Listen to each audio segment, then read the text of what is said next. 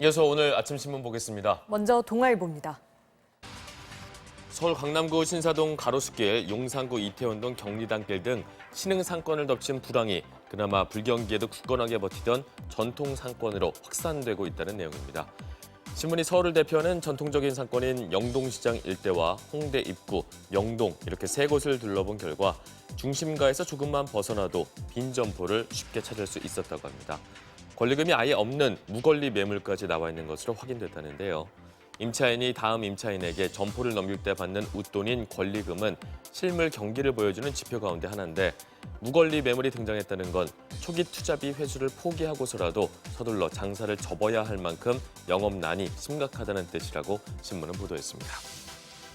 요즘 유튜브에선 길을 가는 사람에게 카메라를 들이대는 야외 방송, 이른바 야방이 유행이라고 합니다. 생방송을 한다는 소문이 나면 순식간에 시청자가 수백 명씩 몰리고 4K나 욕설 같은 돌발 상황이 벌어지면 조회수가 폭발적으로 증가하는 탓에 일부 진행자들 사이에선 야방이 효도 영상으로 통한다는데요.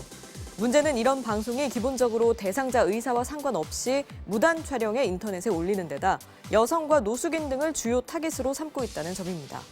모자이크도 하지 않아서 온라인상 얼굴이 유포된 사람들이 성희롱, 혐오성, 악성 댓글에 표적이 되는 등 초상권과 인권 침해 문제가 심각하다는데요.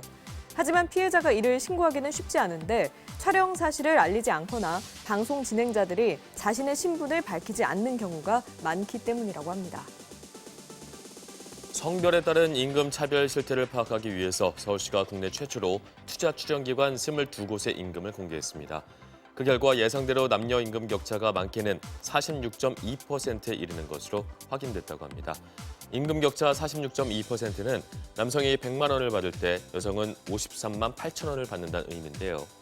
여성 비중이 적을수록 성별 임금 격차가 컸고 동시에 그 격차가 클수록 여성의 평균 근속 기간이 남성보다 짧은 경향을 보였다고 합니다. 대한적십자사에 따르면 올 들어 지난 9월 말까지 집계된 지정헌혈 횟수가 24,500여 건에 달했다고 합니다. 지정헌혈은 대상을 미리 정해놓고 하는 헌혈로 헌혈하는 사람이 미리 수혈자를 지정하거나 환자가 수혈받기 전에 헌혈자를 지정하는 방식으로 이루어진다고 합니다. 지정헌혈이 급증한 이유에 대해 신문은 수술을 기다리는 환자들이 직접 필요한 혈액을 구하기 위해 전국을 헤매고 있기 때문이라고 설명했는데요.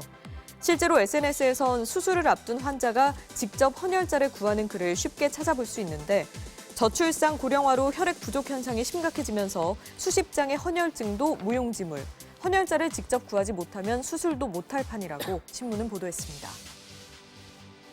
금융감독원 조사 결과 불법 사금융, 이른바 사채를 이용하는 가정주부와 고령층이 급증했다고 합니다.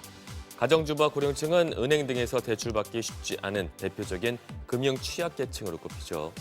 경기 부진이 길어지는 상황에서 제도권 금융회사에서 대출을 받을 수 없자 사채로 떠밀리는 이들이 많아진 것으로 분석된다는데요. 불법 사금융으로 빌린 돈의 용도는 가계생활자금이 가장 많았고 이어 사업자금, 다른 대출금 상환 등이었는데 연체율 상승 위험, 불법 채권 추심 등과 맞물려서 가계부채의 시한폭탄이 될 수 있다는 우려가 나온다고 합니다. 중국 정부가 오는 2022년까지 자국 내 모든 부처와 공공기관에 외국산 컴퓨터와 소프트웨어를 없애고 중국산으로 대체하라는 지시를 올해 초 내렸으며 현재 관련 조치가 진행 중이라고 영국 파이낸셜 타임스가 보도했습니다. 중국의 이 같은 국산화 조치는 안보 위협을 이유로 화웨이 등 중국산 제품을 금지하고 있는 도널드 트럼프 미 행정부에 대한 대응이라는 분석이 나오고 있다는데요. 현지 업계에서는 중국 정부의 이번 조치로 하드웨어 약 3천만 대가 교체될 것으로 보고 있는데 이번 조치가 중국 민간으로까지 확산할 경우 한국 등 외국계 기업들의 피해가 커질 수 있다고 신문은 보도했습니다. 아침 신문 살펴봤습니다.